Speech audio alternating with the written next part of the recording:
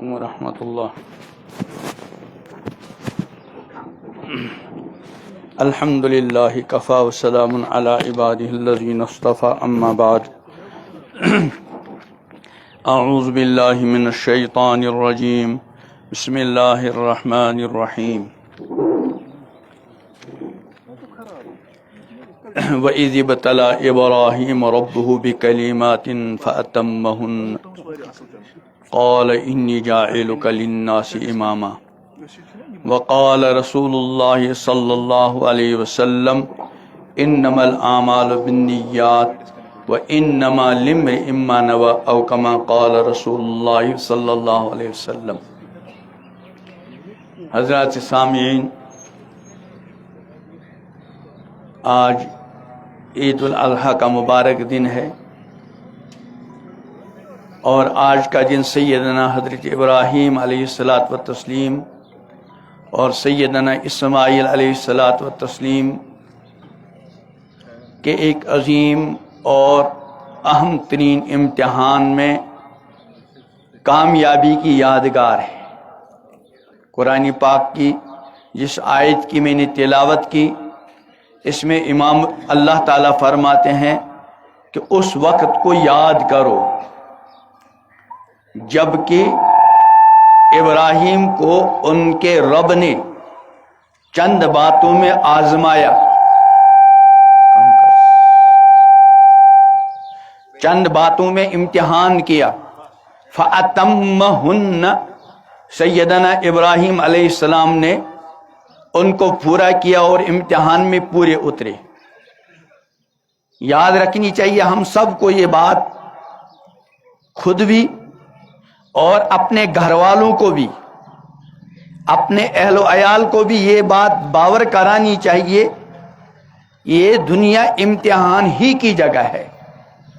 ابراہیم علیہ الصلاۃ والتسلیم اللہ تعالی کے خلیل ہیں، ان کا امتحان ان کی شان کے مطابق۔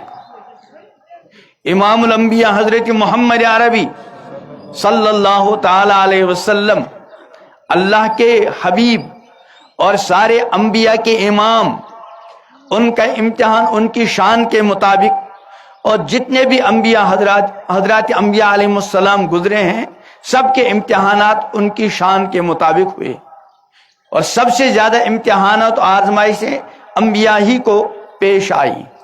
امام الانبیاء حضرت محمد عربی علیہ السلام نے ارشاد فرمایا، اشد بلاء الانبیاء ثم الامثل فالامثل، کہ سب سے زیادہ ابتلاءات، سب سے زیادہ آزمائشیں اور سب سے زیادہ امتحانات حضرات انبیاء کرام علیہ السلام کے ہوئے۔ ثم الامثل فالامثل، اس کے بعد جو حضرات انبیاء کرام علیہ السلام کے جس قدر نقش قدم کے مطابق چلے گا، اس کے ساتھ اسی درجے کے امتحانات ہوں گے۔ اور ظاہر بات ہے امتحان دنیا میں بھی ہوتے ہیں، یہ امتحانات انسان کو آگے بڑھانے کے لیے ہوتے ہیں۔ اس لیے ہم کو ایک بات تو یہ ذہن میں رکھ کر جانا ہے اور اپنے اہل و عیال کو باور کرانا ہے، یہ دنیا امتحان کی جگہ ہے، امتحان کے بلکہ امتحانات کی جگہ ہے۔ ایک تو وہ امتحان جو آپ بارہا دے کر آئے ہیں، ہمارے بچے بار بار دیتے ہیں، ہم بھرپور کوشش کرتے ہیں کہ ہمارے گھر کا ہر بچہ، ہماری گھر کی ہر بچی ہر امتحان میں بہترین کامیابی حاصل کرے۔ ٹھیک ہے، وہ وقت کی ضرورت ہے، لیکن سب سے بڑا امتحان، جس امتحان کے لیے رب العالمین نے اس پوری کائنات کو امتحان گاہ بنایا ہے، اور جس امتحان کے لیے اللہ نے ہم کو موت و حیات کی نعمتیں عطا فرمائی ہیں، فرمایا خلق الموت والحیات لیبلوکم، اللہ نے موت و حیات کو پیدا کیا تاکہ تمہارا امتحان کریں، آزمائیں۔ تو اپنے گھر والوں کو، خود اپنے آپ کو اور اپنے اہل و عیال کو اور اپنی جان پہچان والوں کو یہ بات ذہن نشین کرانی ہے، یہ دنیا امتحان کی جگہ ہے، اور اس میں رب العالمین کی طرف سے امتحانات ہوتے ہیں۔ خود قرآن نے فرمایا کہ الف لام میم احسب الناس ان یترکوا ان یقولوا آمنا، کیا لوگ یہ سمجھتے ہیں کہ زبان سے لا الہ الا اللہ کہیں اور ان کا امتحان نہ ہو؟ نہیں، یعنی ضرور امتحان ہوگا۔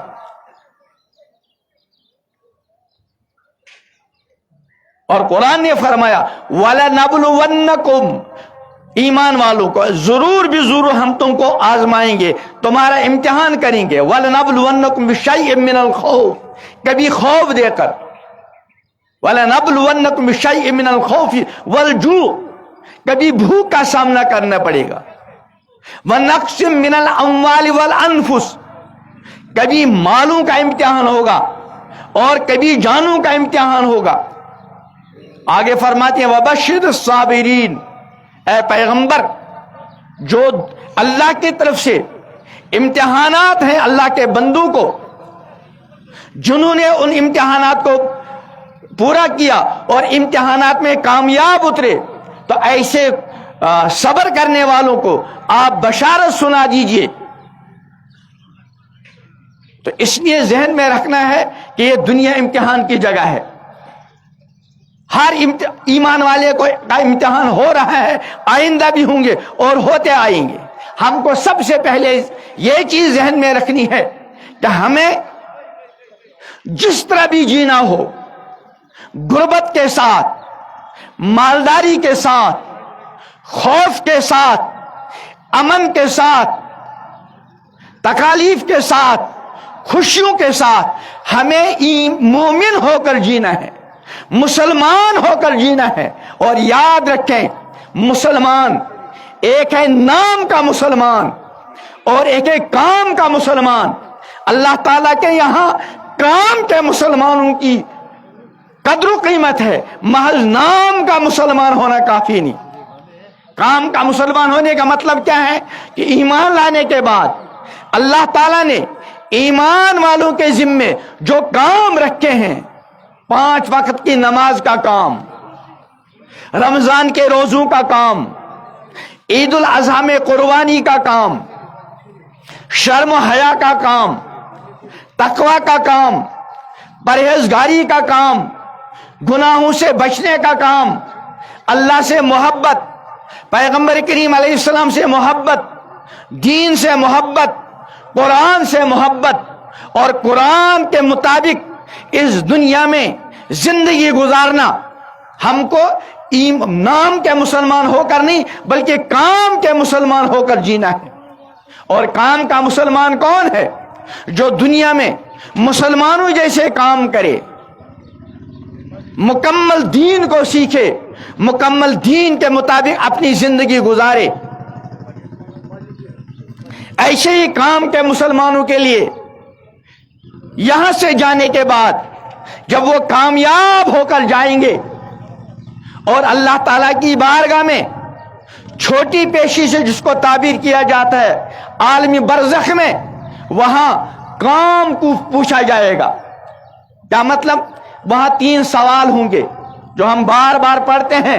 پہلا سوال من ربک، کون تمہارا رب ہے؟ اگر اس ایمان والے بندے نے رب کے نام کو بار بار اپنی زبان پر لایا ہوگا، وہ رب کے رب ہونے پر راضی ہوا ہوگا اور اس نے رب کے بتائے ہوئے کاموں کو زندگی کے ہر شعبے میں پہلی جگہ دی ہوگی، اور رب کے منع کردہ کاموں سے اپنے آپ کو اس نے روکا ہوگا، اور اس نے اپنے گھر کے ہر چھوٹے بڑے کو اپنے رب کا تعارف کرایا ہوگا اور اپنے رب کے ساتھ عملی تعلق اور کام کا تعلق اس نے رکھوایا ہوگا۔ ایسا خوش نصیب بندہ اللہ کی مدد سے کام کا مسلمان ثابت ہوگا اور اللہ کی بارگاہ میں عرض کرے گا فرشتوں کے یہاں کہ ربی اللہ، میرا رب کون ہے؟ اللہ۔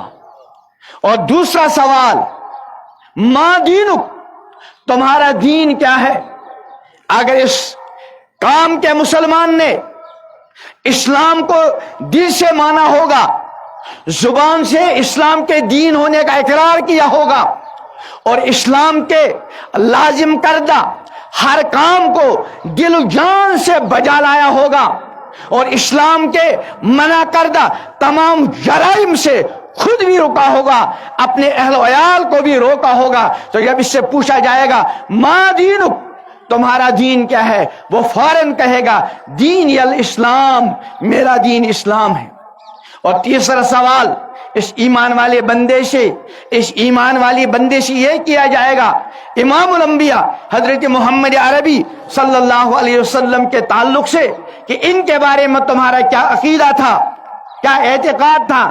اگر اس نے دنیا میں امام الانبیاء حضرت محمد عربی صلی اللہ علیہ وسلم کو اپنا پیغمبر، اپنا رہبر و رہنما مانا، اور امام الانبیاء حضرت محمد عربی صلی اللہ علیہ وسلم کی رسالت پر اس کو پورا اطمینان ہو، اور امام الانبیاء حضرت محمد عربی صلی اللہ علیہ وسلم نے جو تعلیمات اپنی امت کو دی، ان کے تعلیمات کی روشنی میں اب زندگی گزاری ہوگی، تو انشاءاللہ بڑے اطمینان کے ساتھ عرض کرے گا کہ حضرت محمد صلی اللہ علیہ وسلم ہمارے نبی ہیں، ہمارے رسول ہیں، ہم ان پر ایمان لائے۔ یہ ہے کام کا مسلمان، اللہ کو اپنا رب مانا، اسلام کو اپنا دین مانا، امام الانبیاء حضرت محمد عربی علیہ السلام کو اپنا پیغمبر مانا، اس کے بعد رب العالمین کے احکام کو، دین کے احکام کو اور امام الانبیاء حضرت محمد عربی علیہ السلام کے احکام کو مانا ہوگا، اور اس طرح زندگی گزار کر اس دنیا کی امتحان گاہ سے کامیاب ہو کر نکلا ہوگا، وہ صحیح جواب دے پائے گا۔ اس کے بعد اللہ کی طرف سے اس بندے کی تصدیق ہوگی کہ میری اس بندی نے سچ کہا۔ لیکن بزرگوں اور دوستو، اگر اس دنیا میں ہم نے اپنے لیے اور اپنے اہل و عیال کے لیے، اپنے بچوں کے لیے، دنیا کی امتحانات کے لیے تو بڑی محنتیں کی، لیکن آخرت اور اللہ کی طرف سے والے امتحان میں خدا نخواستہ ہم ناکام اترے، یاد رکھیے، اللہ بچائے مجھے بھی، آپ کو بھی، ساری امت، پوری انسانیت کو ابدی ناکامی سے، ایسی ناکامی کا سامنا ہوگا۔ الامان الحفیظ۔ ایک بات کہہ کر اپنی بات مکمل کر رہا ہوں۔ امام الانبیاء حضرت محمد عربی صلی اللہ علیہ وسلم کا فرمان ہے، اگر ایک بندہ دنیا میں ہمیشہ خوش و خرم، راحت و چین، سکون، اطمینان اور عیاشی کی زندگی گزاری، لیکن اس کی زندگی میں دین نہیں، واللہ حدیث میں آتا ہے، امام الانبیاء حضرت محمد عربی علیہ السلام ارشاد فرماتے ہیں جہنم میں ایک گوتا دیا جائے گا اور پوچھا جائے گا اے اللہ کے بندے، کبھی دنیا میں کوئی راحت، کوئی آسائش، کوئی نعمت دیکھا؟ حدیث میں پیغمبر علیہ السلام قسم کھا کر فرماتے ہیں، وہ قسم کھا کر کہے گا کبھی نہیں۔ اور اس کے برعکس جو ایمان والا بندہ، جو ایمان والی بندی دین پر زندہ رہے، دین کے مطابق زندگی گزاری، چاہے مصیبتوں کے ساتھ، پریشانیوں کے ساتھ، تکالیف کے ساتھ زندگی گزاری ہو، لیکن زندگی میں دین تھا، جب جنت میں ایک گوتا دیا جائے گا اور اس اللہ کے خوش نصیب بندے، اس خوش نصیب بندی سے پوچھا جائے گا کیا تم نے کبھی کوئی مصیبت تکلیف تو نہیں دیکھی؟ ہمیشہ مصیبتوں میں رہنے کے باوجود قسم کھا کر کہے گا واللہ میں نے کبھی کوئی پریشانی مصیبت نہیں دیکھی۔ اس نے ارادہ کیجئے اسلام پر جینا ہے اور اسلام ہی پر مرنا ہے۔ آخر میں نیت کے تعلق سے ایک بات عرض کروں گا۔ آج کل الحمدللہ قربانیوں کا ماحول ہے اور دن بدن اس میں آگے بڑھنے کی کوششیں ہو رہی ہیں، لیکن ایک بات ضرور ذہن میں رکھیں، بعض مرتبہ ہم یہ تو طے ہے کہ انسان، ابھی مولانا بھی فرما رہے تھے کہ انسان کو قربانی کے لیے بہتر سے بہتر جانور خریدنا چاہیے، یہ یقیناً اجر کا سبب، لیکن بار بار اپنی نیت کو ٹٹولے۔ کبھی آدمی 1 لاکھ کا 2 لاکھ کا جانور خریدتا ہے، لیکن خدا نخواستہ اس کے اندر تشہیر کا معاملہ ہے۔ اس کے ذہن میں یہ کہ لوگ کہیں گے بڑا شاندار جانور، اور دوسرے آدمی نے 8000 کا جانور خریدا، بڑی غربت تھی لیکن اخلاص کے ساتھ خریدا، واللہ ثم واللہ وہ 10 لاکھ کا جانور جس کی خریداری میں، جس کی قربانی میں نیت کے اندر فطور ہو، وہ اس 8,000 کے جانور کے مقابلے میں کوئی حیثیت نہیں رکھتا. اسی لیے اللہ تعالی نے فرمایا لن ینال اللہ لحومها ولا دماؤها، کہ اللہ کے یہاں تمہارے جانوروں کا گوشت اور خون اور پوست نہیں پہنچتا، ولکن ینالہ التقوی، اللہ کے یہاں تقوی کی قدر و قیمت ہے. اس لیے جب بھی جانور خریدے پوری نیت کے ساتھ اور استحضار کے ساتھ اللہ تعالیٰ کی بارگاہ میں قربانی پیش کریں، تو پھر انشاءاللہ اس حدیث کا مصداق ہوگا کہ قربانی کے جانور کا خون کا قطرہ زمین پر گرنے سے پہلے اس کی کیا ہو جاتی ہے؟ مغفرت. اللہ تعالیٰ ہماری قربانیوں کو اور پوری امت کی قربانیوں کو قبول کرے. نماز کی ترتیب بتائی جائے گی، اس کے بعد نماز ہوگی. اللہ اکبر، اس کے بعد ثنا پڑھتے ہیں. اللہ اکبر، اللہ اکبر، اللہ اکبر. اس کے بعد قرات ہوگی، ایک رکعت ہوگی. پھر دوسری رکعت کے لیے کھڑے ہوں گے، پہلے قرات ہوگی، پھر رکوع میں جانے سے پہلے 3 زائد تکبیریں. اللہ اکبر، اللہ اکبر، اللہ اکبر، اور چوتھی تکبیر کہہ کر انشاءاللہ رکوع میں جائیں گے. مجھے تھوڑا عذر ہے، تھوڑا اس میں خون آتا ہے، تھوڑا دانہ نکلا تھا، اس لیے میں نماز نہیں پڑھا رہا ہوں.